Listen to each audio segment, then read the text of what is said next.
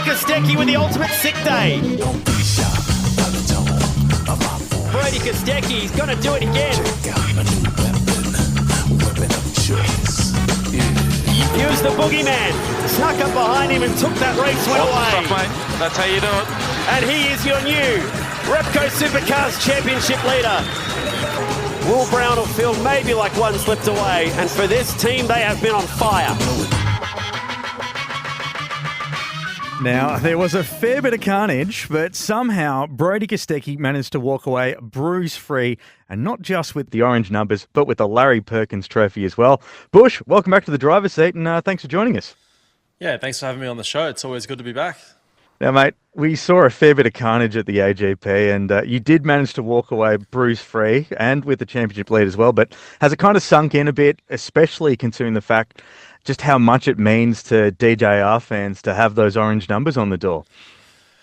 Yeah, it does actually mean a lot, but you know, I'm a realist at the end of the day, and it's so early in the season, but yeah, it is a pretty special feeling, obviously bringing back the orange numbers back to everyone at Shell VPR Racing, but yeah, to be honest, I'm just head down, ready to go for the New Zealand doubleheader coming up in a month's time, so still a lot of work to be done, and yeah, we really want to carry this form into the next couple of rounds, and obviously build a bit of a consistency, and hopefully keep the Shell V-Power Ford Mustangs up the front. Absolutely, and I'm glad you sort of mentioned that, you know, that you're keeping yourself grounded a bit, because we saw last year, once finals sort of kicks in, it's basically do or die, and you could win a championship in a matter of minutes. But how much is it in the back of your mind that, yeah, it's great to have the lead now, but probably means nothing until until finals?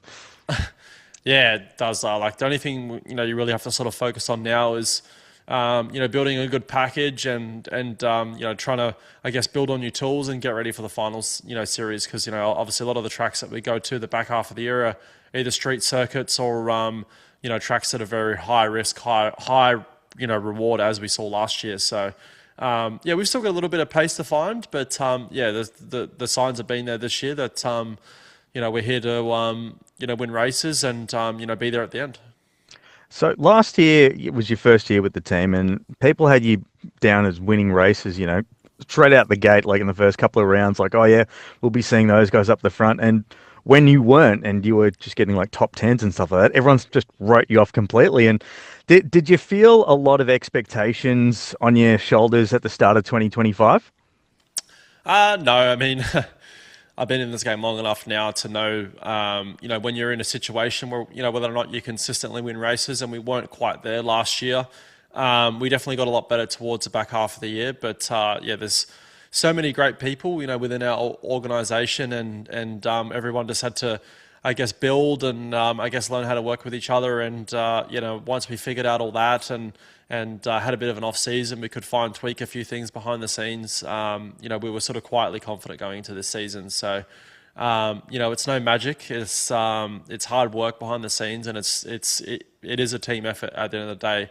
You know, I'm privileged to be the one that gets to stand up and obviously you know, receive the trophy, but you know, there's 45, 46 odd staff that work for everyone at Shell V-Power Racing, and yeah, I feel like we've got a really good group at the moment, and yeah, we're just going to, you know, continue tinkering on and hopefully, you know, keep on winning races and keep those orange numbers on. Absolutely. And, you know, it did end up a pretty good season. I mean, you had 3 wins, including the Bend 500, 4 pole positions, 4 podiums, and you've already matched that record basically already, and we haven't even got to Taupo yet. But you must be confident going into New Zealand, considering the fact that last year you were pretty quick there, and you do have that double header in New Zealand. So it's a track that you know that you're fast at, and then you've got, you know, the unknown where basically everyone's got the clean slate.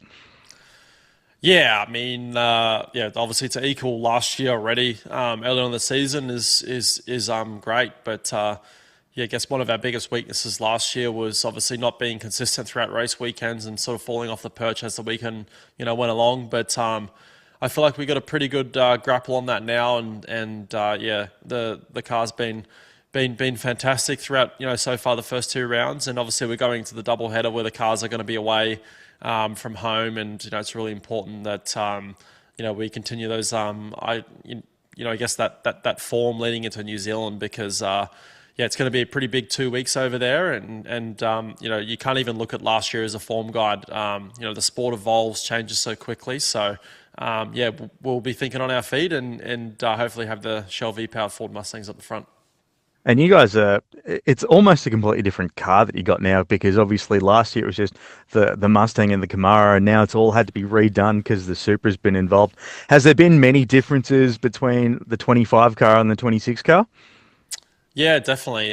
It's definitely felt a lot different to me. Behind the wheel, it's the setup window's a lot different now. So I was lucky enough to spend a bit of time over in the tunnel. When I was on my break over the off season, well, I guess so-called break, but I ended up going to the wind tunnel. But and sort of were able to really sort of focus down on that and work out the window that the car needs to be in. So I feel like we've got a pretty good, happy window at the moment, and it's just we're just going to keep on focusing on ourselves and maximising each race and just keep bagging points up until finals.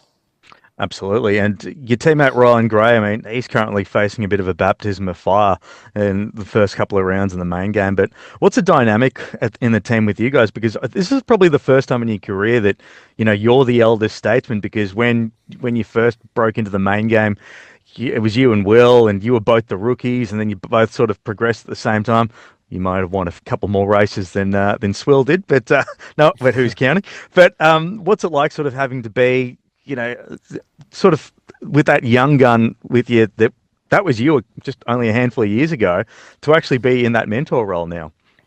Yeah, it's been great having Rylan come on board. He's definitely brought a lot of youth, and to have a full-time drive in one of the the best team in the pit lane, and the longest withstanding team in the pit lane is truly incredible at the age of 19. So my baptism of fire came a little bit later in life, and I had a little bit more experience under my belt. So I've just been trying to pass that on to him and try help him through that process as much as possible. But I don't think it'll be too far away before he starts knocking on the door of the top 5 and being a bit more consistent.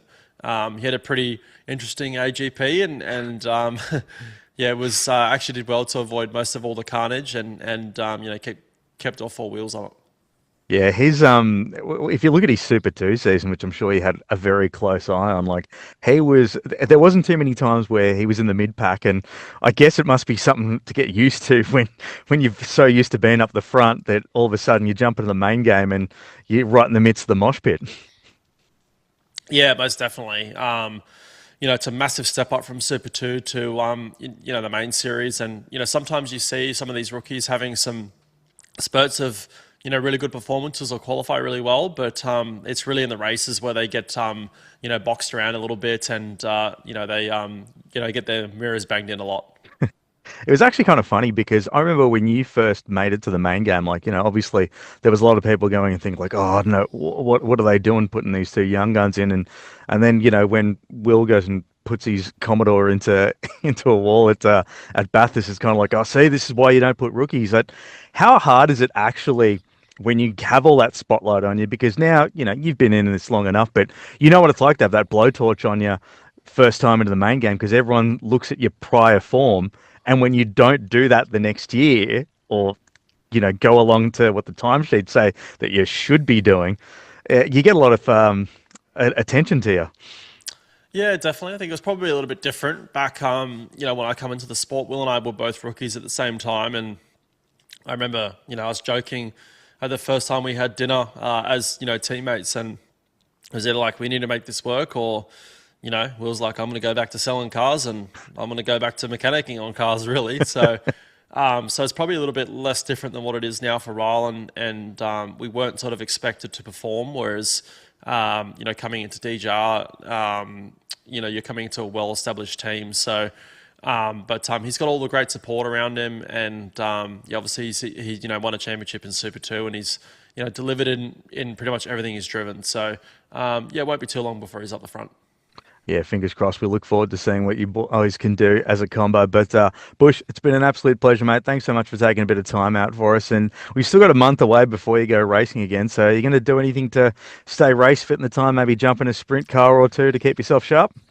I am actually. I'm just finishing packing my bags now. I'm about to head to Perth and jump back behind the wheel of John Wetherall's 95 and head over back to my hometown of Perth and sling some mud, pull some tear-offs and look like a complete fool, to be honest. So, yeah, it should be fun. Awesome stuff, mate. And we look forward to seeing that. As a bloke that used to live in Bunbury and spend a bit of time at Speedway back in the day, I look forward to seeing you. I'll tell you what, mate, the Channel 7 coverage that they do these days is nothing like it was back then. But, mate, good luck in, in the sprint car, and we'll chat to you soon. Thank you.